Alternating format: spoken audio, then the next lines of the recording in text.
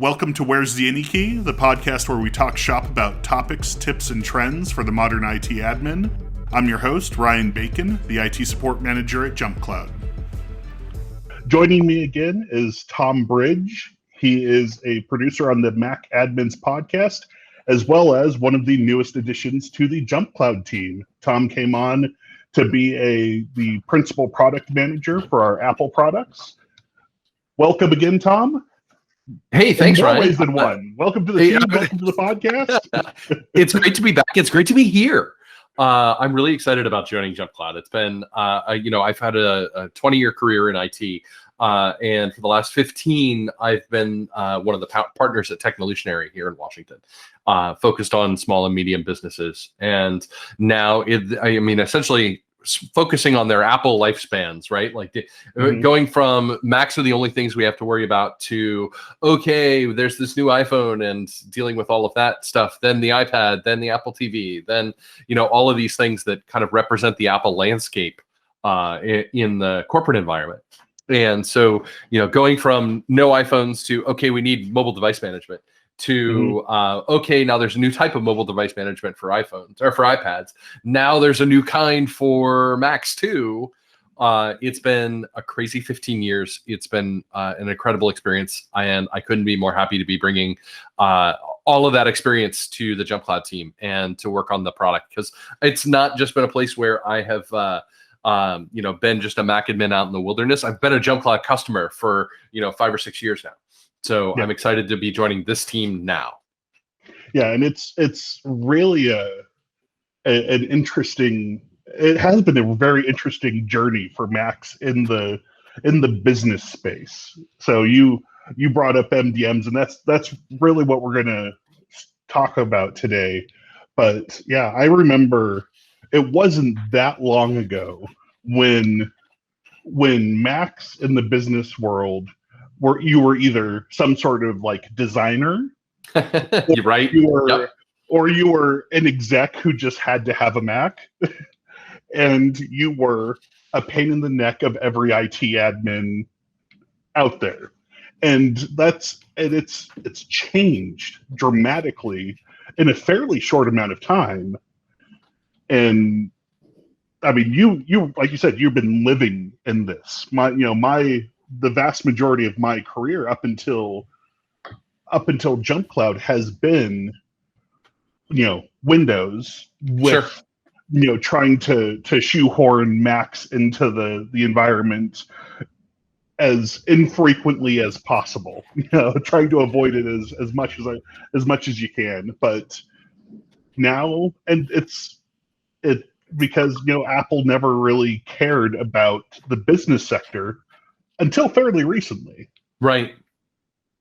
And so getting that to work was, always a challenge. But with MDMs, with the ever-growing set of tools that are out there, it's not that difficult anymore. And frankly, I would rather manage a fleet of Macs now than a fleet of Windows systems. Oh, for sure. I have spent a lot of time around Windows IT. I've spent, because every small business, whether they say they're all Mac or not, they've got Windows somewhere in their enterprise, right? Like usually it's accounting, usually it's the data folks who will just not give up Excel for Windows. But the strength of their tool chain over the last 20 years is nothing short of astonishing. I mean, when you think about Active Directory and Active Directory's roots within management systems, and you look at all of the technologies that Microsoft has brought to play. Sure, I mean, I was going to say there's a huge wealth of opportunity there, but if you look at how Apple's done it instead, they're really enabling other people to provide the management frameworks, right? And so they're allowing for a lot more innovation in the field. And so essentially, instead of having an ossified structure, what you've done is you've provided people the blueprints for like a room inside of a house. And so it's up to the product manufacturer at that point to really kind of take those blueprints, study them, figure out what they want to keep and what they don't. And then build tools on top of that. And so you see an incredibly rich marketplace of mobile device managers out there right now. And it's a very mature market in a lot of ways, which is really kind of fun. But every now and again, we get somebody brand new in the space as well, who's got a different take on things. And it's really exciting to be in this space now. I would much rather manage Macs than literally anything else. I take that back. Managing iOS is a great joy as well. It's just a very different problem landscape. And I feel like you've got really two choices at that point. Are you dealing with BYOD devices? Or are you dealing with company-owned devices? And how you respond to that is, different based on that result. Yeah, definitely. And you're talking about innovation in the field and how Apple is facilitating that, completely the opposite direction of what Microsoft did with AD. And I think that really is the way to go. I mean, it used to be if AD was your only choice. That's right. That was it. But now, like when you're looking at MDMs, when you have over the past several years, there's just been an explosion of offerings available. And until I really started working with Macs more, like I never really looked at it because I never needed to. Every place I looked, it was for phones, it was BYOD. For and like I said, it was Windows, other than a couple of outliers. But really, so my experience was Windows with a little bit of SCCM thrown in there for the configuration and app management and stuff. And I'll divert from talking about SCCM before I start having well, this is a family-friendly podcast, Brian. Yes, exactly. And that sort of language, I mean, no, I'm just giving you a hard time. But because I know what kind of language comes up in my mind when I start thinking about those things. Yeah, and looking at when I started playing with MDMs and those solutions, it like it was a completely different experience. It was like, oh, this is neat. And you add in stuff like VPP and the ability to do custom apps and that sort of thing.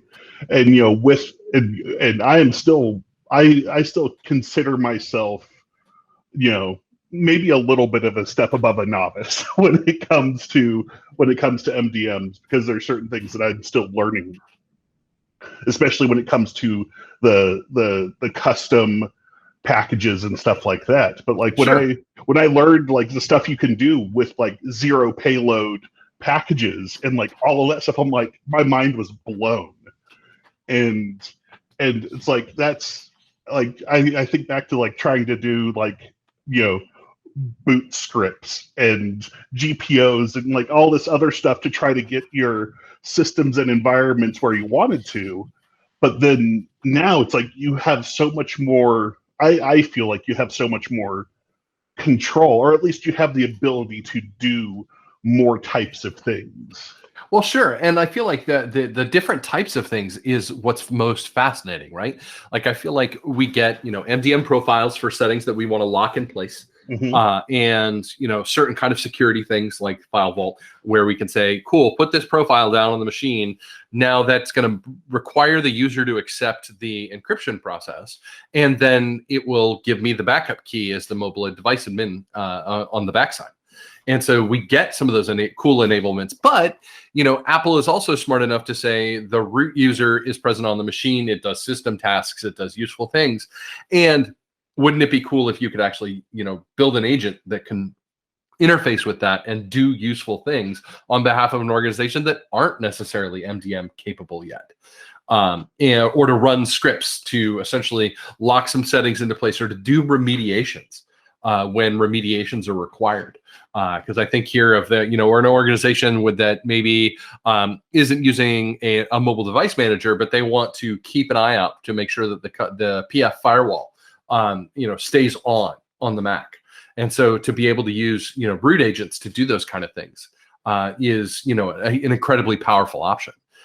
And that's a big part of the management scheme these days, is having something on the machine that can do jobs for you, right? Like, we always think about this as a landscape that allows for automation, and that allows for automatic remediation of defects, for example, so that if your users maybe get into trouble on their own, maybe you want to have some tools that'll kind of like stand the guardrail, stand the bike back up, let's get up and then push it down the street again, right? Like, that's kind of what I think about with kind of the different frameworks that are available for managing Macs. Yeah, definitely. So I'm gonna take a step back, and I want to hear about like your experience, your journey with MDMs. Sure. Like I said, I'm fairly new, but you've been in this game for quite some time. Yeah, and there are a ton of MDMs out there, which means that there are a ton of different options. And we were unique in our consulting agency that what we were doing was essentially presenting a catalog of MDMs and saying that what we would say is any of these MDMs that we present here are ones that we will support and use. And so that started out at the time with Meraki Systems Manager, with the venerable offering that's been around for a good long time from the folks at Cisco Meraki, even before they got bought by Cisco, right? And so we'd opened up Profile Manager, which is the one that Apple kind of built you as a like a demonstration build, right? Like, it's the model house in the neighborhood. Sure, the cabinets are on backwards and upside down, but like, you get the idea of how these things function and work together. You had a demonstration MDM, and they encourage people to like get their feet wet, but maybe not use it in production, which is smart, because eventually the database eats itself, and then you're left sad and alone, re-imaging all the iPads again. So I'm not saying this from direct experience. I'm saying this from sad, unfortunate weekend direct experience. But when Meraki Systems Manager came out, it was very, very straightforward to enroll a device and have a bunch of profiles come down. One of our clients was using it to manage a series of iPads that act as signs, right? Like, and it runs in a custom FileMaker database on the iPad. And so what we were using it for was to keep those iPads, physically attached to the wall. And if they were physically disconnected from the wall and left the network, well, they were very, very, very, very fancy bricks at that point. And so that was, one of our deployments at that point, was to put these things into autonomous mode, where, you can slap down an app and force the user into it. But even that is a recent development. In the bad old days of MDM, the amount of things that you could do, even going back to, iOS 4 and iOS 5, really before they were iOS at that point, was very, very limited, right? And so what you wanted to make sure was, if a device went for a walkabout and you found out before it got off the network, you could kill it. Or if it showed up again, you could kill it again. So that was really the genesis of the MDM space. And so the feature set has gotten a lot more broad and wide over the last 10 years. But I think of time spent with Meraki Systems Manager, with Simple MDM, and Simple MDM's very purposefully designed feature set, I think, is probably the best way to phrase it. As well as Workspace ONE. I've spent time on each of those. I'm JAMP certified. I've managed that not in production, but in test environments and things along those lines. But have a wealth of JAMP experience, just in some cases looking over shoulders, in some cases, working in test beds and sandboxes to make sure that the environment is that the needs of the organization are being met as that moves toward production. And then, of course, there's always new MDMs out there. Mosel kind of made a splash on the scene a few years ago when they came out, and they're doing it again now with their new Fuse product. But we were managing, I think at one point, I think we counted between Profile Manager and the rest, I think we had a half a dozen MDMs in production. And so, figuring out where the limits of MDM management are is probably the most important thing you can do as an IT admin. And then figuring out what's important for you from those list of application tools is, a big part of what happens next. And then once you figured out like everything that you think you have to manage versus everything that an MDM can do, you're going to realize that there's some gaps there. And so what you have to build on that on top of that is kind of all of the shim network of payload-free packages like you were talking about, and scripts and other return to service tools, things that maybe MDM isn't, the most adequate at doing. I think that, we're gonna, we normally don't talk much about the JumpCloud product on this podcast, unless it comes up normally. But I think this is a situation where, with your experience and your new role at the company, I think this is a good time for some speculation, some talking about, pipe dreams, and, or maybe more realistic than pipe dreams. But, this is, just where, we could talk, I think it's Monday. Coffee is almost kicking in. I'm with you, and I'm 2 hours ahead of you. And like I had to go downstairs at like 11 because I was like, I need the last cup in the bottom of the French press because this is going to be a tough day otherwise. So okay, so I think that something that we can provide is some, not only some insight into what it's like to introduce a new MDM, because the JumpCloud MDM is almost a year old, right? And it was something like where I remember early on there were talks about it, and I would like to talk about that some, but then also move on into where we would like it to go in the future. Maybe some speculation. Obviously, nothing official. Disclaimer: this is just two guys. Two guys talking. Two guys talking. No, this is not a no product promises here or anything like that. But I remember, so I really started looking into MDMs early on in my JumpCloud career, because it's like, okay, how will we manage? How will we do? I was mainly looking at it for software deployment. What can we do? So one of our previous people, Scott Reed, did a lot of work on like a true zero touch deployment with Jamf, and like he demoed that for me fairly early on, and it like really opened my eyes to what was possible, when you with an MDM solution integrated with a directory solution, all of this stuff, and what that could look like. So like I really started diving into MDMs at that point, mainly from the lens of what can I do to help me, and that's also when I would talk to our product team and stuff like that, and they're like, well, what are some features you would like to see on here? And I'm like, I want MDM support. I want us to be an MDM, and that was on my wish list for a long time. And how it started off was like, okay, well, we'll just they started doing like I'll call it casual exploration of it, like what would be involved with it. And it was not a high priority until the murmurings of Big Sur. Yeah, because I mean, the summer before Catalina, so this is, now we're Big Sur in production. I've been there for 6 months. So let's go back 2 years. Apple gets up and says during the middle of WWDC, not in the keynote, because this is management features don't make the keynote. They barely make the State of the Union, which is the second big talk, but they did that year. And they basically said, and we're really focused on the use of MDM protocol to deliver these profiles.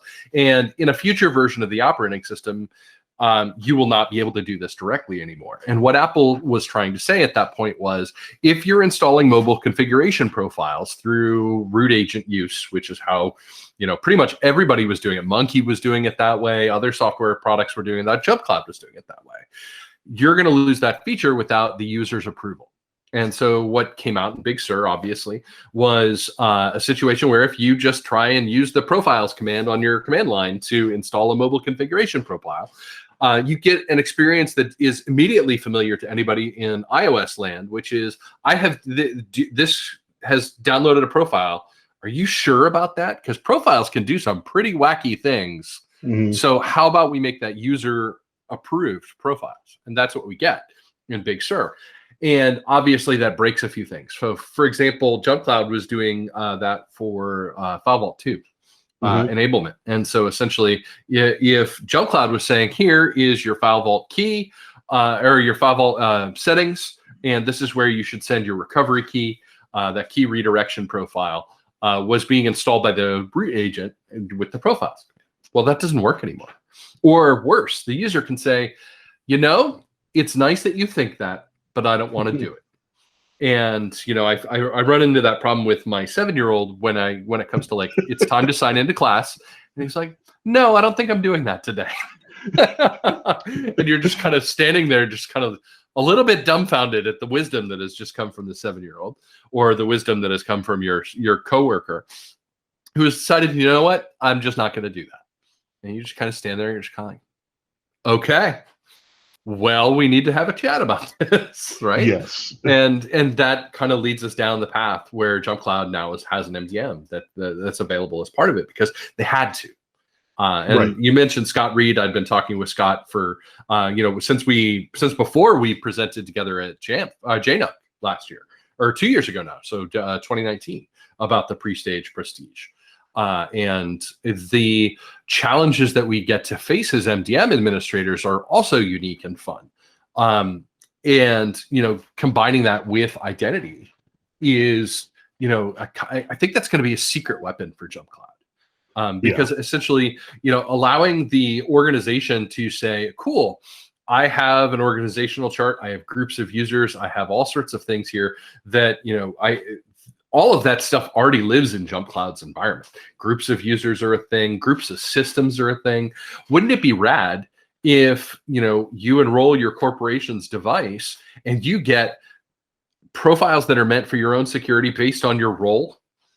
Groups of systems that are, higher security than others, for example, I think is probably the best way to phrase it. So that if you've got somebody in engineering who has direct code commit access to prod, well, guess what? You get a little bit of extra security associated with your environment, and you've got to log in at the desk, on boot with MFA, not just anything else.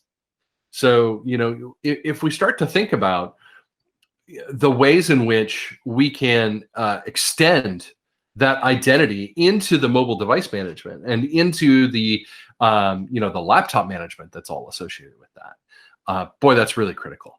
And I'm really excited to get to work with, Dale and Jeff and, all of my other product team folks here, as well as Jared and all the other folks in engineering, to kind of dive deep on this stuff. And, these were the conversations that, Greg Keller and I were having as he was saying, hey, how about you come do this stuff with us? And that was where I got really excited because, I didn't want to be a consultant forever.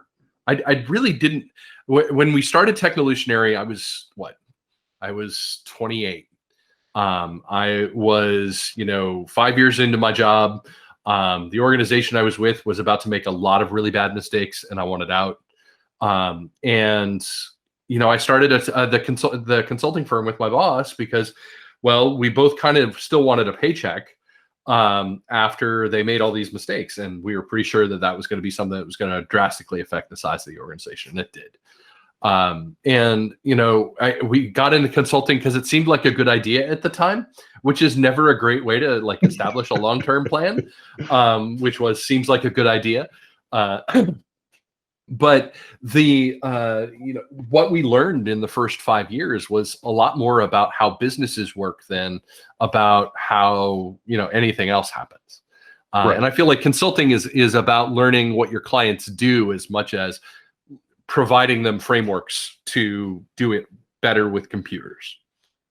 Exactly. And yeah, so I think that's a long-winded way of saying, I was ready for this. And, the increased focus on mobile device management over the last, 5-10 years and the opportunity to combine that with a technology that's really on the rise still, which is identity management, and is only going to get more important here in the. I mean, I don't think we're quite in the post-pandemic world yet, but I mean, it's now anybody over 16 can sign up for their vaccination appointment, which is kind of rad. Mm-hmm. So I kind of feel like we are turning the corner on all of this in a new and different way. Yeah, definitely. And you kind of touched on this, but my experience with JumpCloud rolling out its MDM features was that at first it was like, okay, we're mainly just going to do this to push policies and that sort of stuff, but then they kept adding to it and adding to it, and now they're we're looking at things that like I didn't necessarily think of, because when I thought of like the holy grail of zero touch was that JAMP setup that's using post enrollment scripts and LDAP and stuff like that, which that holy grail still had some significant holes in it. Mm-hmm. Mainly that someone a user could kind of mess up the process by putting in the wrong username when it's creating the local account.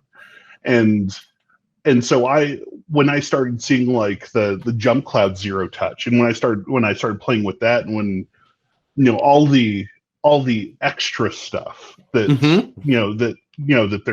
that's being talked about, that it's being done, it's like it was stuff that it wasn't even on my radar. Like I wasn't even hoping for it. So I'm curious to see, like, you going into this role, if roadmaps and customer wants and needs weren't a consideration, what would you do? What would you like to see with that? I think that the future is bright for automation. And I feel like automation is a big part of what happens with any organization's IT systems, because you never want to see IT as a cost center. You always want to see it as enablement. So, for any organization, what you want to do is allow them to be flexible and lean. And one of the things that we always struggled with internally was the internal migration of employees. And so, for example, you've got a staff of 50, and you might have a couple of people every year who are switching teams, who are going on to new roles, who then it's a whole big ticket system to make sure that they get from point A to point B, and that they might have different tooling needs on their laptops. And so for the ability for an organization to just say, okay, cool, so-and-so is moving from engineering to product, or so-and-so is moving from marketing to product. Well, when they do so, you want to be able to kind of rearrange their computer so that it's now a product computer instead of an engineering machine, or a product computer instead of a marketing machine, and that their identity license life cycle changes as well. They're changing departments in your HRIS, which can then deliver information to your directory. And so if we think about this in JumpCloud parlance, well, great. Now the person has a new they have new metadata in their directory record. Let's adjust their system as part of the system groups. So pick up any systems associated with that object, shove those into new departmental-based roles, so that when you go from engineering to product, maybe you lose code commit access or commit to prod access, and it can change your identity credentials to match. Change your software deployment stack as well. Because that's certainly something that a lot of organizations are telling us matters right now, is the ease of software deployments and making sure that the software patch management that's being done on their fleet gets them to current faster. So that's one of the things that I'm going to be hard at work on here over the next period as we go through a lot of these things. But I think that the adventure of all of this is going to be, figuring out ways that this is going to help other Mac admins, and to move those kind of needles forward, and to build in some tools that maybe help them do, not just, not just third-party patch management, but first-party patch management. So the operating system, for example, there's really no great perfect way to update anymore. Big Sur took away the software update commands that would allow us to point at an internal catalog, for example. And we can no longer use tools like Monkey to enforce operating system updates, because that's just not how the world works anymore. Apple has said that is their domain and they want to own it. And I'm happy to let them. But at the same time, we also need a way to ensure patch management across the organization, because that's hugely important for system insights and compliance.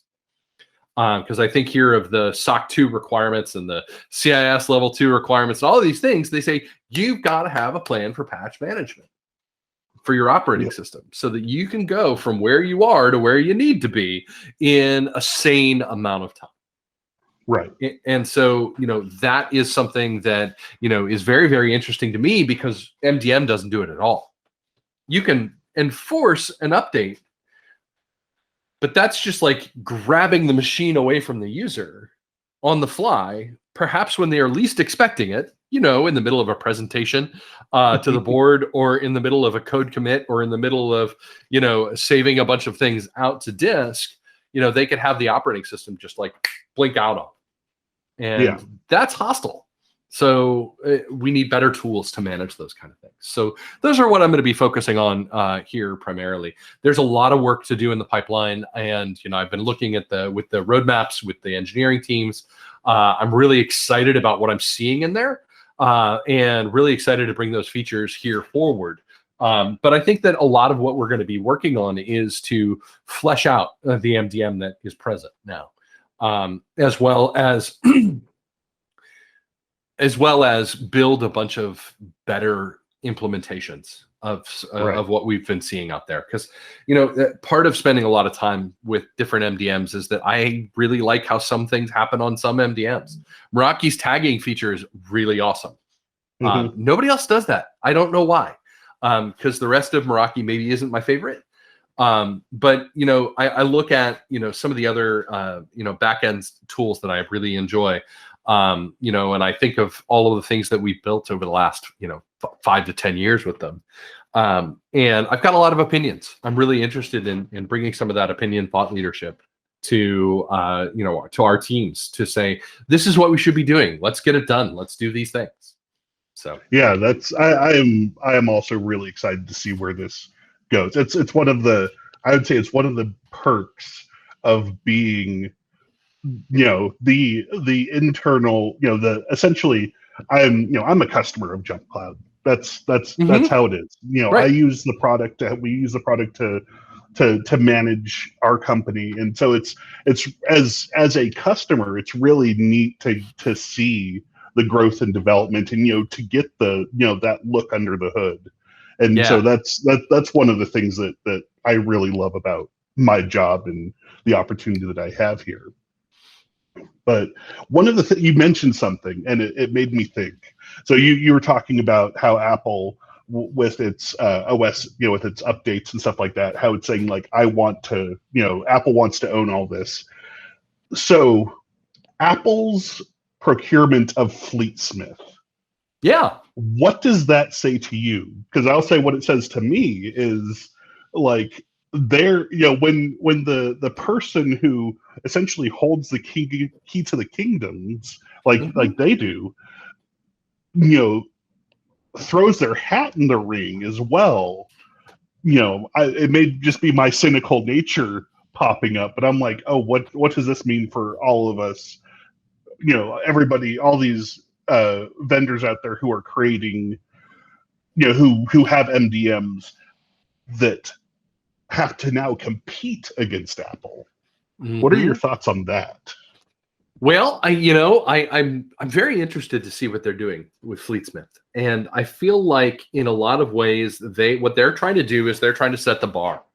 They're trying to set the bar up off the ground, and because that was the thing about Profile Manager, right? Like, it was a reference implementation of the MDM specification. It literally does everything, but doing everything doesn't make you a good MDM automatically. It just makes you an MDM that does everything, because you do need a reference implementation. So my thought was, well, maybe what they really want is a more forward-looking reference implementation, and Fleetsmith is definitely that.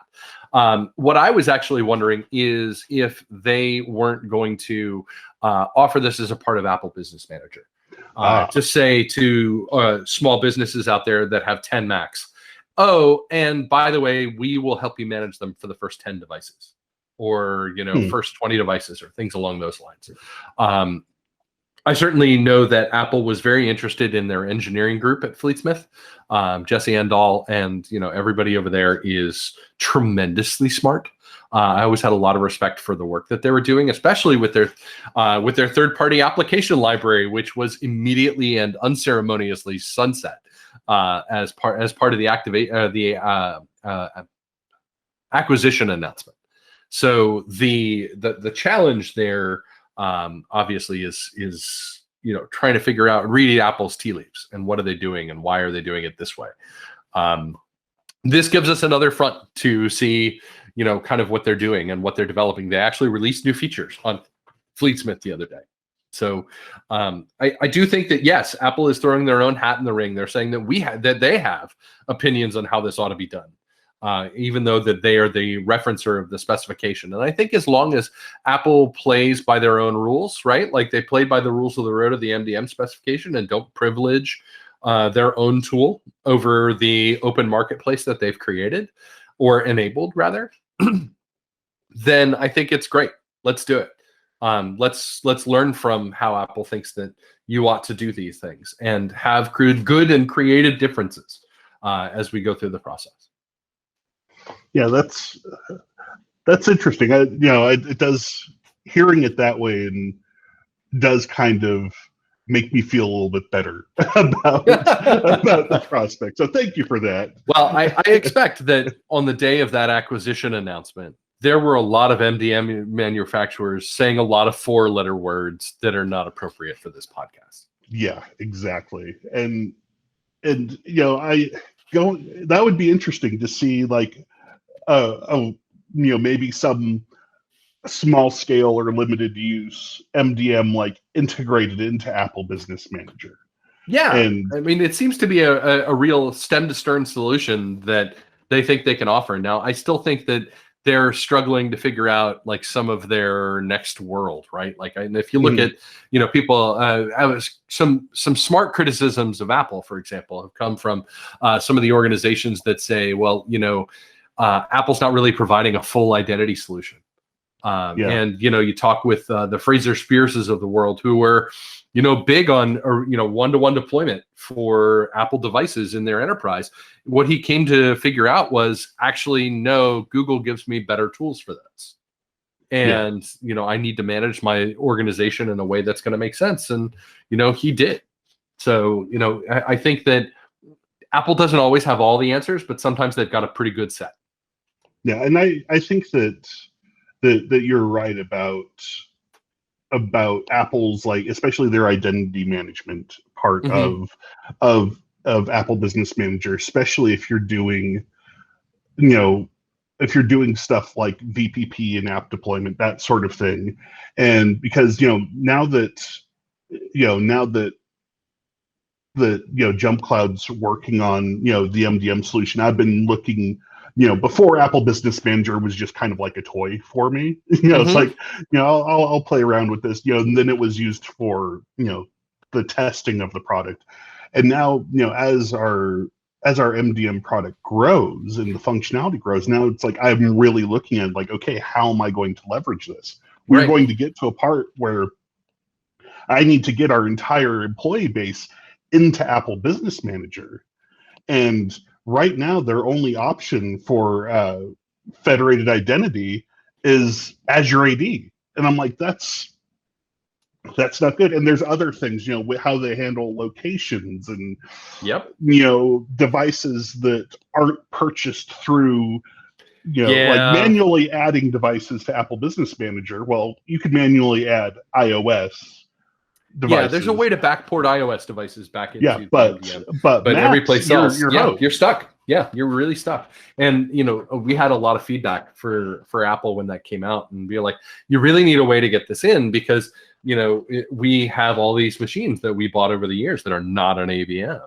And Apple's response, as infuriating and hilarious as it was, well, you should just buy more devices. Which I had a good long laugh and then realized he was serious, and then it was that old Bender graphic, oh, you're serious, let me laugh harder. But I do feel like they at least gave us the ability to corporatize an iOS device. Right. The fact that they have not allowed us to do that for a Mac is frustrating. I'm hopeful that is just an artifact of being able to. I mean, that's the other challenge with iOS versus Mac OS, right? Is in the activation side of things. Now that we have, this lovely M1 MacBook Air that I'm using here today, Apple's model for the M1 Macs may be different than the iOS devices, but what they've said is no one who's using a Mac is going to be required to activate them on the internet.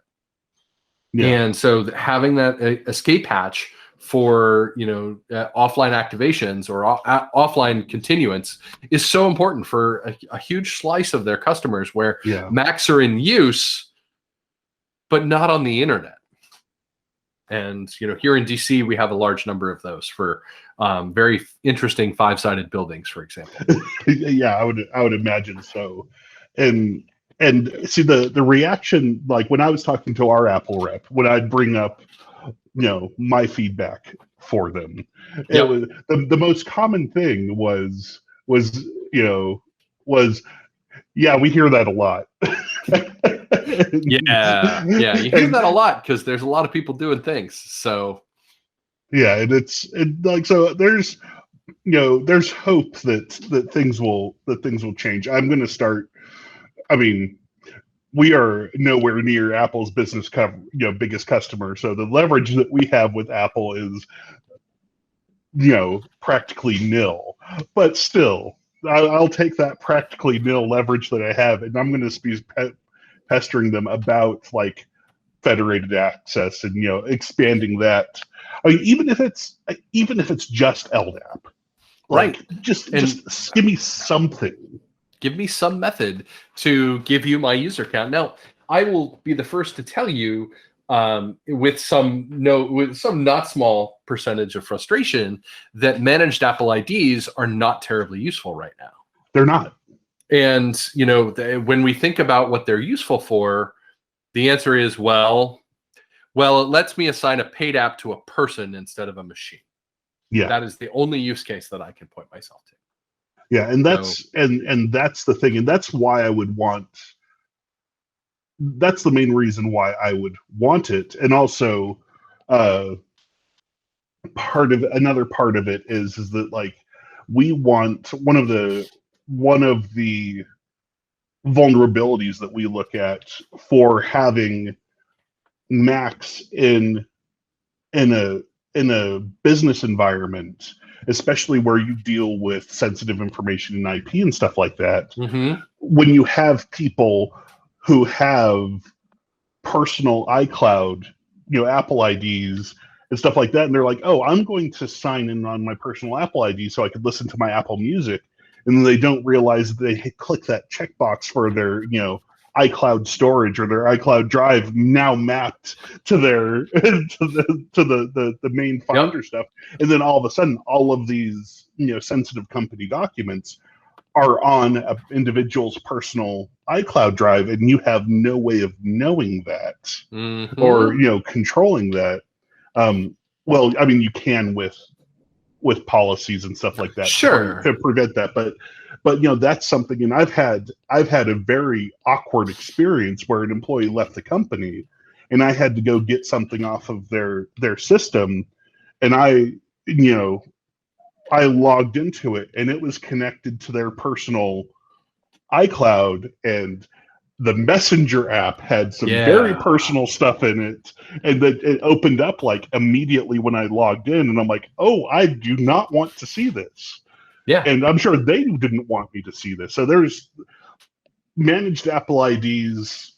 If you're right, they're very limited in scope. I want to see them more useful so that when you join JumpCloud, when you come on board and you start working at JumpCloud, you automatically get a managed Apple ID.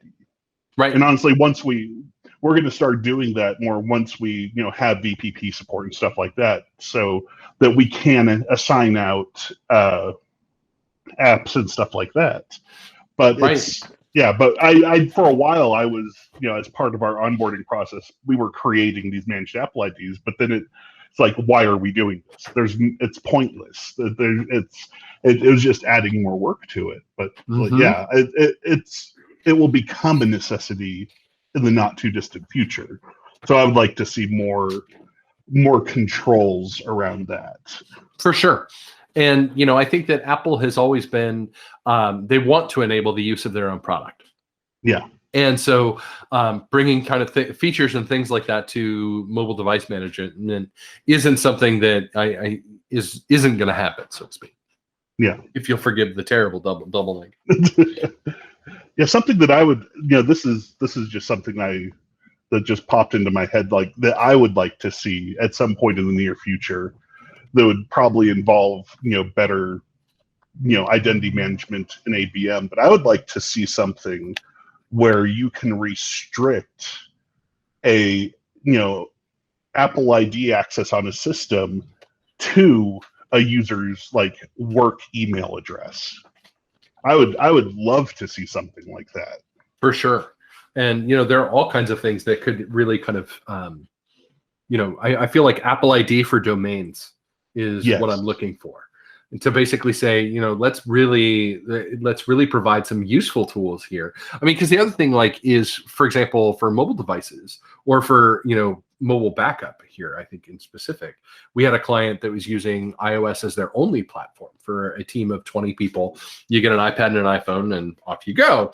And so we started setting them up with managed Apple IDs because they didn't want them to be able to at all do commerce except via the VPP store. So that's okay, great. Now that's definitely a system, but they had people using messages and trading. They would, they were essentially sending photos of sites back and forth with messages. Those start to stack up. They really wanted those things in the backup. Well, you can only ever have 5 gigs of storage in a managed Apple ID in the backup. Oh, there's no way to buy more. Oh, wow.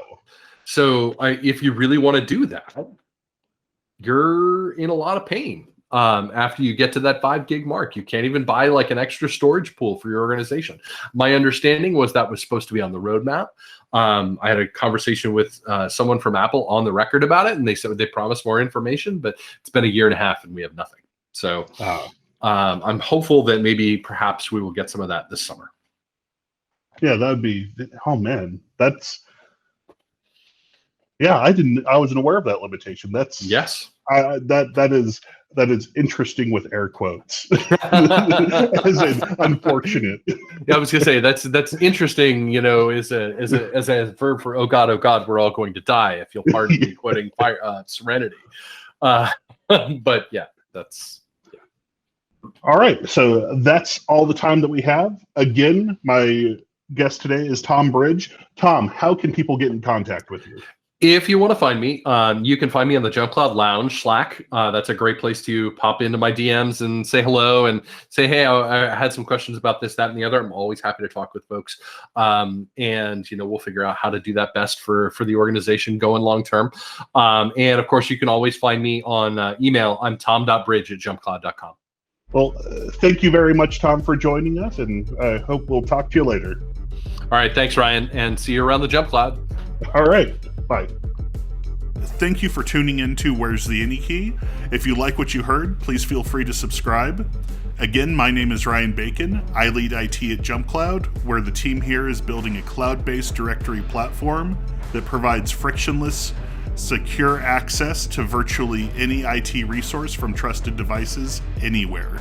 You can learn more and even set up a free account at jumpcloud.com.